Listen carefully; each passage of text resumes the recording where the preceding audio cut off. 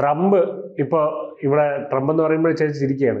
Trump ഇപ്പൊ പാകിസ്ഥാനിൽ ഇറങ്ങിയിട്ടുണ്ട്. എന്തായാലും ട്രംപ് അവിടെ പാകിസ്ഥാനിൽ നമ്മൾ ആന ഇറങ്ങി എന്നൊക്കെ പറയുന്ന പോലെ ട്രംപ് അവിടെ ഇറങ്ങിയിട്ടുണ്ട്. അവിടെ എണ്ണ ഇപ്പം ബക്കറ്റിൽ കോരിക്കൊണ്ട് പോവാം എന്നൊക്കെ പറഞ്ഞ് ഇന്ത്യയെ കൊണ്ട് വാങ്ങിപ്പിക്കും എന്നൊക്കെയാണ് പറഞ്ഞിരിക്കുന്നത്. അങ്ങനെയൊക്കെ പറഞ്ഞ് എന്തായാലും വരുന്നുണ്ട് ആശാൻ. അസീം മുനീർ വിളിച്ചു വരുത്തി എന്തൊക്കെയാണ് ഇനി കാഴ്ചവെക്കാൻ പോകുന്നതെന്ന് അറിയില്ല. അപ്പം അവിടെ പക്ഷെ ഈ എണ്ണ ഈ പാടങ്ങൾ ഉള്ളത് ഈ ബലൂച്ച് പ്രദേശത്താണെന്ന് പറയുന്നത്. അതായത് ഈ ബലൂച്ച് അവർക്ക് രാജ്യമായിട്ട് വേണമെന്ന് പറയുന്ന പ്രദേശത്തിലാണ് ഈ എണ്ണ പാടങ്ങളുള്ളത്, അല്ലെങ്കിൽ അവിടെയാണ് ഇതിന്റെ ശേഖരം ഉള്ളതെന്നാണ് പറയുന്നത്. അപ്പൊ അതുകൊണ്ട് അവർക്ക് ഇതിൽ പ്രതിഷേധം ഉണ്ടെന്നാണ് പറയുന്നത്. അപ്പൊ പാകിസ്ഥാൻ പറയുന്നത് നിന്നെ തൊട്ടിട്ട് എവിടെ ഒരു രാജ്യമായിട്ട് പോലും കൂട്ടിയിട്ടില്ല, അങ്ങോട്ട് മാറിയില്ലടാന്ന് പറഞ്ഞിട്ട് ഇവർ ആ രീതിയിലാണ് ഇടപെടുന്നത്. ബലൂച്ച് അപ്പൊ ഇത് തുടർന്നും അപ്പൊ ഇനി സംഘർഷങ്ങൾ ഉണ്ടാവാനുള്ള സാധ്യതയുണ്ട്. എനിക്ക് തോന്നുന്നു അമേരിക്കയുടെ ഒരു പിന്തുണ ഉള്ളത് കൊണ്ട് ഇനിയിപ്പം ബലൂച്ച് ലിബറൽ ആളുകളുടെ നെഞ്ചത്തായിരിക്കും ഓട്ട വീഴാൻ പോകുന്നതാണ് തോന്നുന്നത്. നെഞ്ചത്ത് ഓട്ട വീഴുമോ എന്നുള്ളതും ഒരു ചോദ്യമാണ്. പിന്നെ അവിടെ എന്തായാലും ഒരു പ്രശ്നം ഉണ്ടാകാനുള്ള സാധ്യതയുണ്ട്. അപ്പോ ഈ ബലൂച്ച് നേതാവായിട്ടുള്ള മിർ യാർ ഉണ്ട്. അദ്ദേഹം പറഞ്ഞത് ബലൂച്ച് വിൽപ്പനയ്ക്കുള്ള സ്ഥലമല്ല, വിൽപ്പനയ്ക്ക് വെച്ചിട്ടില്ല ബലൂചിസ്ഥാൻ എന്നുള്ളതാണ് പറയുന്നത്.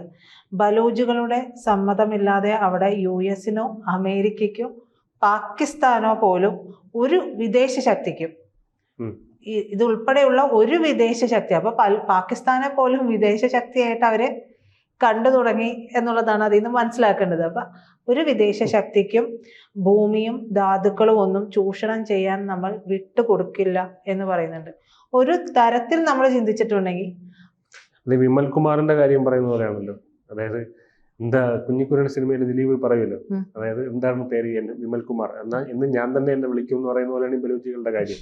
അവർ ഈ പാകിസ്ഥാൻ വിദേശി എന്നൊക്കെ പറയുമ്പോൾ ഇവർക്കൊരു രാജ്യമായിട്ട് എങ്ങും അംഗീകരിച്ചിട്ടില്ല. അവര് നമ്മളോട് പറഞ്ഞു അംഗീകരിക്കണം എന്ന് നമ്മളോട് ആവശ്യപ്പെട്ടു. പക്ഷെ മറ്റൊരു രാജ്യവുമായി ബന്ധപ്പെട്ട വിഷയമായതുകൊണ്ട് ഇന്ത്യക്ക് അതിൽ നേരിട്ട് ഇടപെടാനൊന്നും പറ്റില്ല. പക്ഷെ ഒരു സൈഡിൽ കൂടി മൗനാനുവാദം ഒക്കെ ഉണ്ടായിരുന്നു. നിങ്ങൾ കയറി അടിച്ചോ എന്നൊക്കെ നമ്മൾ പറയും. അങ്ങനെ പറയുന്നുണ്ട്. അവിടെ സഹായങ്ങൾ ഉണ്ട് എന്നൊക്കെയാണ് നമ്മൾക്ക് പാകിസ്ഥാന്റെ ആരോപണങ്ങളല്ലേ അതൊക്കെ. പാകിസ്ഥാന്റെ ആരോപണം മാത്രമല്ല, അതല്ലാതെ നമ്മൾ ആ ഒരു കാര്യത്തിൽ നിശബ്ദത പാലിക്കുന്നുണ്ട്. ചില ഇടങ്ങളിൽ ഇന്ത്യയുടെ നിശബ്ദതയുണ്ട്.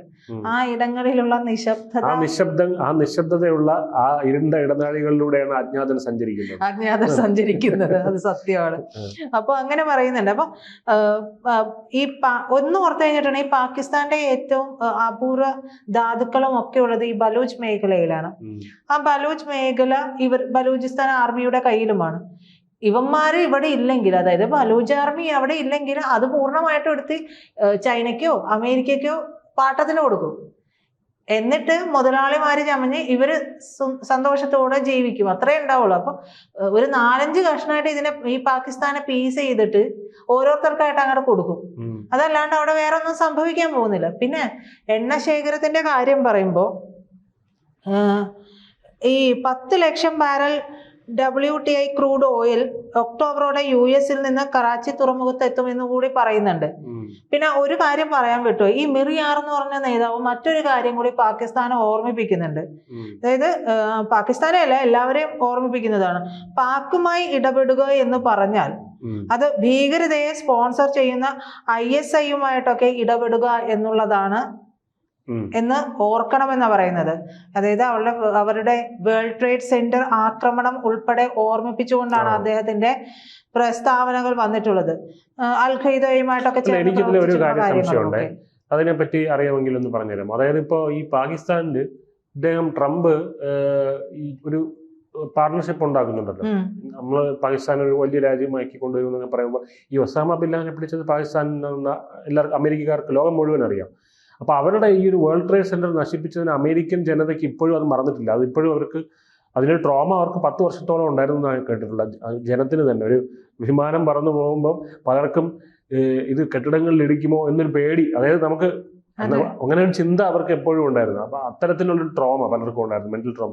അപ്പൊ അവര് ഈ അമേരിക്കൻ ജനത എങ്ങനെയായിരിക്കും ട്രംപിന്റെ ഈ പാകിസ്ഥാൻ കൂട്ടുകെട്ടിനെ ഇപ്പൊ അവര് കാണുന്നത് ട്രംപിന് തന്നെ തിരിച്ചടിയാവാനുള്ള സാധ്യതയില്ലേ അവിടെ? ട്രംപിന് അവിടെ തിരിച്ചടി ആയി തുടങ്ങിയിട്ടുണ്ടെന്ന് വേണമെങ്കിൽ പറയാം. നമ്മൾ ഇന്നലെയും സംസാരിച്ചപ്പോൾ പറഞ്ഞു, പോളുകൾ വരുമ്പോൾ, പലതരത്തിലുള്ള പോളുകൾ വരുമ്പോൾ ട്രംപിന് അനുകൂലമായിട്ട് ആരുമില്ല. ഏറ്റവും ഇതുവരെ ഉള്ളതിൽ വെച്ച് ഏറ്റവും താഴ്ന്ന നിരക്കാണ് അത് രേഖപ്പെടുത്തുന്നത്. അതായത് ട്രംപിനോട് ആർക്കും അനുഭാവമില്ല എന്നുള്ളത് തന്നെയാണ് അത് കാണിക്കുന്നത്. പിന്നെ ഇവര് അവിടുത്തെ പ്രതിപക്ഷമൊക്കെ ഇത് ഏതെടുത്ത് കളിക്കുന്നുണ്ടായിരിക്കും ഇത് വെച്ച്. അത് വെച്ച് കളിക്കുമല്ലോ, സ്വാഭാവികമാണല്ലോ. അത് നമ്മുടെ നാട്ടിലായാലും അത്തരത്തിൽ തന്നെയാണ്. അപ്പൊ ഇത്തരത്തിലുള്ള കാര്യങ്ങളൊക്കെ ഉണ്ട്. ഈ പാകിസ്ഥാനിലെ ഏറ്റവും വലുതും എന്നാൽ വികസനം കുറഞ്ഞതുമായിട്ടുള്ള പ്രവിശ്യ എന്ന് പറയുന്നത് ബലൂചിസ്ഥാൻ തന്നെയാണ്. അതിൽ നമുക്ക് ഒരു അർത്ഥശങ്കയ്ക്ക് ഇടയൊന്നുമില്ല. പക്ഷെ അവിടെ ചെമ്പ്, സ്വർണം, ക്രോമൈറ്റ്, ലിഥിയം തുടങ്ങിയ അപൂർവ ഭൂമി ലോഹങ്ങൾ ഉൾപ്പെടെയുള്ള നിർണായകമായിട്ടുള്ള പല ധാതു ശേഖരങ്ങളും ഉള്ള ഒരു ഏരിയ ഈ ബലൂചിസ്ഥാൻ എന്ന് പറയുന്നത്. ബലൂച്ച് എന്തായാലും പാകിസ്ഥാനെ സംബന്ധിച്ച് ബലൂച്ച് ഏരിയ അവർ വിട്ടുകൊടുക്കും എന്ന് പാകിസ്ഥാൻ അറിയാം. വിട്ടുകൊടുക്കില്ല എന്നുള്ളത് അവർക്ക് നന്നായിട്ട് അറിയാം.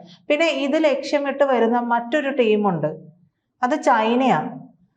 ഈ ചൈന ഇതിനു വേണ്ടിയിട്ട് പല ശ്രമങ്ങളും പാകിസ്ഥാനുമായി ചേർന്നുകൊണ്ട് നടത്തുന്നുണ്ട്. ചൈനയുടെ കൈ പൊള്ളി അവിടുന്ന് പിന്നെ അവർ ഓടി കേട്ടത്. അങ്ങനെ പറയുമ്പോഴും ഒരു ലാഭക്കണ്ണ് അവർക്കുണ്ടാവും. അവരത് നോട്ടമിട്ടുകൊണ്ട് തന്നെ നിൽക്കുകയും ചെയ്യുന്നുണ്ടാവും. ഇപ്പോഴാണ് ചെറിയ ഈ ആയുധങ്ങൾ നൽകിയതുമായി ബന്ധപ്പെട്ടുള്ള വിഷയം വന്നിട്ട് അവർ തമ്മിൽ ചെറിയൊരു ടക്ക് ഓഫ് വാർ അവിടെ നിൽക്കുന്നുണ്ട്, ചൈനയും പാകിസ്ഥാനും തമ്മിൽ. ഞങ്ങൾക്ക് തന്നത് അങ്ങനെ ഒരു ലാഭക്കണ്ണ് അത്രയ്ക്കൊന്നും എണ്ണ ശേഖരം അവിടെ ഇല്ലെന്നേ ഈ പാകിസ്ഥാനിന്റെ. അല്ല, പാകിസ്ഥാനിൽ എന്ന് പറയുന്ന ഈ ഏരിയ ആണ്. അതിലേക്ക് ഈ എണ്ണശേഖരം മാത്രമല്ല ഇവര് ലക്ഷ്യം വെക്കുന്നത്. ഇപ്പൊ നമ്മൾ ഈ പറഞ്ഞിട്ടുള്ള റെയർ എർത്ത് മിനറൽസ് ഉൾപ്പെടെയുള്ള കാര്യങ്ങൾ അവിടെ ഉണ്ട്. രാജ്യത്തിന്റെ മൊത്തം സമ്പത്ത് അവിടെയാണ്. ഫ്രീ ആയിട്ട് ഒരു സ്ഥലം കിട്ടുകയാണ് കേറി മേയാനായിട്ട്. അപ്പൊ അവിടെ ആധിപത്യം ആരോഗ്യപരമായിട്ടുള്ള കച്ചവടമല്ല, അല്ലല്ല, അത് തുറന്നങ്ങ് കൊടുത്തേക്ക്. നമ്മൾ നമ്മുടെ വീട് തുറന്നു കൊടുത്തിട്ട് കള്ളന്മാരുടെ പറയുന്നത് ആവശ്യമുള്ളതൊക്കെ എടുത്തോണ്ട് വെക്കുമെന്ന് പറയുന്നത് പോലെയാണ്. അപ്പൊ അസിമുനീറിനെ സംബന്ധിച്ചോ ഷെബാസ് ഷെരീഫിനെ സംബന്ധിച്ചോ ഇനിയിപ്പോ ജയിലിൽ കിടക്കുന്ന ഇമ്രാൻഖാനെ സംബന്ധിച്ചോ ഇതൊന്നും ഒരു വിഷയമല്ല. അവരെല്ലാം വളരെ വെൽ സെറ്റിൽഡ് ആണല്ലോ. അപ്പൊ അവരെ സംബന്ധിച്ച് അത് പ്രശ്നമല്ല. ഇനി ആകെ ഉള്ളത് ഈ ഏരിയയിലാണ് ഈ ഒരു കാര്യമുള്ളത്. ഇനി അതും മാറിയിട്ട് നമുക്ക് നോക്കാം. ഈ പറയുന്ന ഈ പാകിസ്ഥാനില് അവര് പറയുന്നത് പാകിസ്ഥാൻ തങ്ങളുടെ എണ്ണ ആവശ്യത്തിന്റെ 20% മാത്രമാണ് ഈ ആഭ്യന്തര ഉൽപാദനത്തിലൂടെ നിറവേറ്റുന്നുള്ളൂ എന്നാണ് പറയുന്നത്. ഇവരിൽ കൂടുതലായിട്ട് എണ്ണ ഉള്ളത് എന്ന് പറയുന്നത് പാകിസ്ഥാനിലെ പ്രതിദിന എണ്ണ ഉൽപാദനം നിലവില് ഏകദേശം 70,000 മുതൽ 80,000 ബാരൽ ആണെന്നാണ് പറയുന്നത്. കൂടാതെ സ്വന്തം ഉപഭോഗത്തിന്റെ 15 മുതൽ 20% വരെ ഇവരിത് ഉപയോഗിക്കുകയും ചെയ്യുന്നുണ്ട്. ഇനി ഇതെല്ലാം പറയുമ്പോഴും പാകിസ്ഥാനിൽ 353.5 മില്യൺ ബാരൽ ക്രൂഡ് ഓയിൽ ശേഖരം ഉണ്ടെന്നാണ് കരുതപ്പെടുന്നത്. ഈ എണ്ണ ശേഖരത്തിൽ നിന്ന് വാണിജ്യ ഖനന ആരംഭിക്കണമെന്നുണ്ടെങ്കിൽ ലക്ഷം കോടിയിലേറെ രൂപ അവിടെ ചെലവഴിക്കണം. ഖനനം വാണിജ്യാവസ്ഥാനത്തിൽ നടത്താനാണെങ്കിൽ വർഷങ്ങളും എടുക്കും. അതുകൊണ്ടാണ് നമ്മൾ ഇന്നലെ പറഞ്ഞത്. ഇതിപ്പോ ട്രംപ് പറഞ്ഞത് കേട്ടിട്ടുണ്ടെങ്കിൽ തോന്നും നാളെ രാവിലെ പുള്ളി അവിടെ ഹെലികോപ്റ്ററിലോ പ്ലെയിനിലോ മറ്റോ വന്നിറങ്ങിയിട്ട് ബക്കറ്റിൽ ക്രൂഡ് കൊടുത്തിട്ട് പോകും. ട്രംപിന് പോലും അഥവാ ഈ പറയുന്നതൊക്കെ സത്യമായി കഴിഞ്ഞാൽ ട്രംപിന് പോലും അത് കാണാൻ പറ്റണമെന്നില്ല. ഇല്ല, ഇത് ട്രംപ് ഇപ്പൊ 84 വയസ്സെന്തോ ഉണ്ടായേക്ക്. അത് അങ്ങ് പോകാൻ ഇറുക്കത് എന്ന് പറയുന്നത് പോലാണ് അവരുടെ കാര്യം. പക്ഷെ ഒന്ന് ആലോചിച്ച് നോക്കുക, ഇപ്പൊ ഇന്ത്യയില് ആൻഡമാൻ നിക്കോബറിലും ബംഗാളിലും ഒക്കെ ഇങ്ങനെ ഇത്തരത്തിൽ എണ്ണ ഇതുണ്ട് എന്ന് പറയുക. ഇനി ആൻഡമാൻ നിക്കോബറിലെ കാര്യമാണ്. നമ്മൾ അവിടെ ഖനനം ചെയ്ത് ഇത് അടിസ്ഥാനത്തിൽ എടുക്കാനായിട്ട് വർഷങ്ങൾ എടുക്കും. അല്ല, അത് മാത്രമല്ല, ഇപ്പം ശശി തരൂർ ഇതിനെ പറ്റി പറഞ്ഞതാണ്. നമുക്ക് മൊബൈലും ആസാമിലും ഈ പറയുന്ന എണ്ണ ശേഖരം നമുക്കും ഉണ്ട്.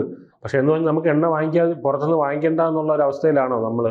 അല്ല, നമ്മൾ വാങ്ങിക്കേണ്ട അവസ്ഥയുണ്ട്. അപ്പൊ ഇതുകൊണ്ട് 0.021% ഉള്ള 52ാം സ്ഥാനം, അതായത് കോൺട്രിബ്യൂഷനിൽ 52ാം സ്ഥാനം മാത്രമുള്ള പാകിസ്ഥാൻ ഇന്ത്യക്ക് എണ്ണ തരുമെന്നൊക്കെ പറയുന്നത് ഭൂലോക മണ്ടത്തരമല്ലേ? അല്ല, മണ്ടത്തരം ആണ് എന്ന് വേണമെങ്കിൽ പറയാം. പക്ഷെ ഒന്ന് ആലോചിച്ച് നോക്കെ, ഇത്രയും ശേഖരമുണ്ട്, ഇത് ഇപ്പൊ ഒന്നും കിട്ടില്ല. ഇനി ഇതുമല്ല, പാകിസ്ഥാനിലേക്ക് അമേരിക്ക കണ്ണുവെക്കുന്നതിന് പല കാര്യങ്ങളും ഉണ്ട്. അവർക്ക് അവിടെ വ്യോമതാവളവും ആണവ ട്രംപിന്റെ വ്യക്തിപരമായ താല്പര്യങ്ങളും ആണവപരമായിട്ടുള്ള കാര്യങ്ങളും എല്ലാം അവിടെ നടക്കുന്നുണ്ട്. പക്ഷെ ഈ ശേഖരങ്ങളിൽ കണ്ണുവെച്ചുകൊണ്ടാണ് ഈ ഭാഗത്തേക്ക് ഇവർ വന്നിറങ്ങുന്നത്. അതായത് ചൈനയെ പൂർണ്ണമായിട്ടും അവിടെ നിന്ന് തഴയുക എന്നുള്ളൊരു ബുദ്ധി കൂടി ട്രംപിനുണ്ട്. ഈ ട്രംപിനുണ്ട് എന്ന് പറയുന്നത് നമുക്ക് ഇതുപോലെ ചിന്തിച്ചാൽ മനസ്സിലാക്കാവുന്നതേ ഉള്ളൂ.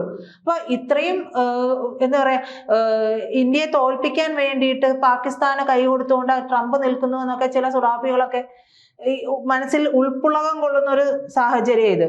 ഇനിയിപ്പോ ഇവിടെ ഒന്നും നടക്കില്ല, നമ്മുടെ അടിമുടി ഇപ്പൊ 25% താരിഫ് പ്രഖ്യാപിച്ചല്ലോ, അപ്പൊ ഇവിടെ ഒന്നും നടക്കില്ല എന്നുള്ള രീതിയിലേക്കൊക്കെ പ്രചരണം തുടങ്ങിയിട്ടുണ്ട്. പക്ഷെ അതൊന്നും അല്ല, അതിനെ മറികടന്ന് നമ്മൾ പോകും. ഇതിനു മുമ്പ് നമുക്ക് ഉപരോധം വന്നിട്ടുണ്ട്, ആ സമയത്ത് നമ്മൾ അതിനെ മറികടന്ന് പോയിട്ടുണ്ട്. അതിന് പോയി തന്നെ ആകണം. പിന്നെ ഈ പാകിസ്ഥാന്റെ കാര്യത്തിലേക്ക് വരുമ്പോഴും ഇവർക്ക് ഇത് തന്നെയല്ലേ താല്പര്യം. അമേരിക്ക ട്രംപിന് ക്രിപ്റ്റോ ഉണ്ട്, ബാക്കി പല ബിസിനസ്സുകളും അവിടെയുണ്ട്, മക്കളുടെ ബിസിനസ്സുകളും എല്ലാം അവിടെ ഉണ്ട് എന്ന് പറയുമ്പോഴും ഈ ഒരു ശേഖരം കൂടിയുണ്ട്. റെയർ എർത്ത് മിനറൽസ് ആണ്. ഈ റെയർ എർത്ത് മിനറൽസിൽ ആധിപത്യം പുലർത്തുന്നത് ആരാണ്? അത് ചൈനയാണ്. ചൈനയെ മറികടക്കുക എന്നുള്ളതാണ് ഇപ്പൊ നമ്മൾ പോലും ചെയ്തുകൊണ്ടിരിക്കുന്ന ഒരു കാര്യം.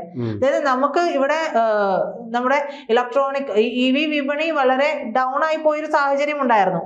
ആ സാഹചര്യത്തിൽ നിന്ന് നമ്മൾ കരകയറി വരുന്നതേ ഉള്ളൂ. അപ്പൊ അതിനു വേണ്ടിയിട്ടാണ് നമ്മുടെ പ്രധാനമന്ത്രി പല രാജ്യങ്ങളിലും പോയത്. ആ പോയത് ഇത്തരം കാര്യങ്ങൾക്ക് വേണ്ടിയിട്ടാണ്. അപ്പൊ ഈ എണ്ണശേഖരവും ഇതും പൂർണ്ണമായിട്ട് ഇവരുടെ കയ്യിലായിട്ടുണ്ടെങ്കിൽ ഇവർക്ക് അത് ലാഭമാണ്. മറ്റൊന്ന്, പാകിസ്ഥാനെ നൈസായിട്ട് ബലൂച്ച് ആർമിയെ ഇല്ലാതെയാക്കാൻ പറ്റും. ഇത് ഇവരെ ഏറ്റെടുക്കുന്നു എന്ന് പറയുമ്പോൾ അവിടെ നേരത്തെ നമ്മൾ പറഞ്ഞതുപോലെ വലിയ രീതിയിലുള്ള ഒരു ഏറ്റുമുട്ടൽ നടക്കും.